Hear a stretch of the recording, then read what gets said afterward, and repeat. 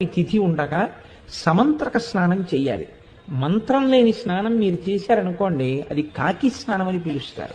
దానివల్ల ప్రయోజనం ఏమి ఉండదు. జిల్లేడాకులు రేగుపళ్ళు తల మీద పెట్టుకుని నేను పోసుకున్నానండి అన్నారు అనుకోండి, దానికి ఏం ఉపయోగం ఉండదు. సమంత్రకమే చేయవలసి ఉంటుంది స్నానాన్ని. దాన్ని మంత్రస్వరూపాన్ని ఏం చేస్తారంటే అందరికీ అందుబాటులోకి తీసుకురావడం కోసం మంత్రం అంటే అంగన్యాస కరన్యాసాలు ఉండాలి, ఒక ఉపదేశం ఉండాలి. ఇవన్నీ మళ్ళీ అందరికీ ఎలా అందుబాటులోకి వస్తాయి? మళ్ళీ అందరూ దీని ఫలితాన్ని ఎలా పొందుతారు? ఇప్పుడు ఆ మంత్రాన్ని శ్లోక రూపం చేస్తారు, అంటే ఇంకా అనుగ్రహిస్తారు. ఇప్పుడు మీరు ఆ శ్లోకం చెప్పిన తరువాత రేగుపళ్ళు జిల్లేడు పళ్ళు తల మీద పెట్టుకుని అప్పుడు నీళ్లు పోసుకుంటే అవి జారి కింద పడిపోతాయి.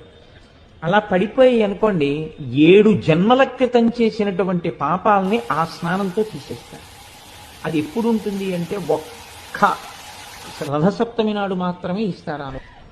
యజ్జన్మ కృతం పాపం మయా సప్తమ జన్మసు తన్మే రోగంచ శోకంచ మాకరీ హంతు సప్తమి ఏతజ్జన్మ కృతం పాపం యచ్చ జన్మాంతరార్జితం మనోవాక్కాయజం యచ్చ జ్ఞాతా జ్ఞేతే చయే పునః ఇది సప్తవిధం పాపం స్నానాన్నే సప్తసప్తికే సప్త వ్యాధి సమాయుక్తం హరమాకరి సప్తమి.